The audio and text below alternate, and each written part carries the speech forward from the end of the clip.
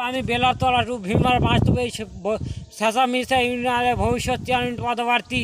আমি যদি উঠতে পারি কিছু বাজেট হাতে নিয়েছি, সে বাজেটগুলো পেশ করতেছি। প্রথমত আমাদের এলাকা বন্যাত্ম এলাকা, একটু পানি হলে চারিদিকে প্লাবিত হয়ে যায়। তাই আমি সিদ্ধান্ত নিয়েছি, যখন চারিদিকে পানিতে ফুলে উঠবে কবর পানিতে ভরে যাবে এলাকা, তখন আমি সিদ্ধান্ত নিয়েছি পাঁটাকাটা বৈদ্যপুর চিমন্ত এবং ভরাডুবা আটকে দিয়ে আপনাদের যাওয়া আসার সুযোগ করে দেবো ভাই সব।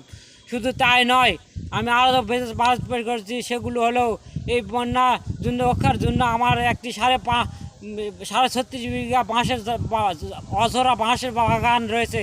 সেখানে থেকে একটি করে অঝোরা বাঁশ আপনাদের পাশায় সরি ভাই সব আপনাদের বাসায় বাসায় দেওয়া হবে, যেন আপনারা সেই অঝোরা বাঁশের আগালির চড়ে বন্যার থেকে রক্ষা পান। শুধু তাই নয় ভাই সব, এই বন্যার জন্য যত ত্রাণ সামগ্রী আসবে সমস্ত ত্রাণ সামগ্রী মেরে দিয়ে আমি আমেরিকা গিয়ে বাসা বানাবো, আপনাদের মুখ চ্যাট ঠেকাবো ভাই সব। শুধু তাই নয়, আমাদের দেশটা একটি বেকারত্ব দেশ, তাই আমেরিকা ডবল বুশের সাথে আমার সেমিনার হয়েছে। তাই আমি সিদ্ধান্ত নিয়েছি তার সাথে আমাদের দেশে পাড়া পাড়া মহল্লা মহল্লা একটি করে মদের দোকান এবং গাঁজা ইয়াবা বাবা ফেন্সিডিল বড়ি সব কিছু দোকান খুলে দিয়ে আমাদের যুব সমাজকে বেকার মুক্ত করবো ভাই সব। শুধু তাই নয়, কচিকার চাওয়াচাদের আমি বিদেশে পাচার করিয়ে দিয়ে আমাদের দেশটাকে বেকার মুক্ত করতে চাই ভাই সব। শুধু তাই নয় ভাই সব, আমাদের জ্যোৎস্নার মোড়ে একটি 42 তলা বিশিষ্ট একটি বিল্ডিং তৈরি করা হবে।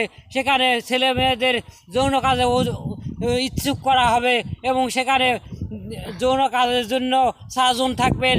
বেগম জ্যোৎস্না, মহিলা 7 জন বেগম জ্যোৎস্না এবং পুরুষ 7 জন